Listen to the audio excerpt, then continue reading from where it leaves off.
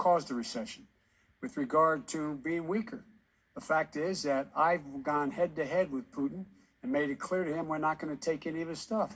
He's Putin's puppy. He still refuses to even say anything to Putin about the bounty on the heads of American soldiers. Your son got And- $3.5 million. And by the way, my son... Wait a minute. Mr. President, your campaign agreed to both sides would get 2-minute answers uninterrupted. Well, your side agreed to it, and why don't you observe what your campaign agreed to as a ground rule, okay, sir? He never keeps his word. Can you No, add back No, He's I'm a not person asking. that's That was a not rhetorical question. Can you Go add ahead, back sir. 30 seconds? Yes, you may have. All right.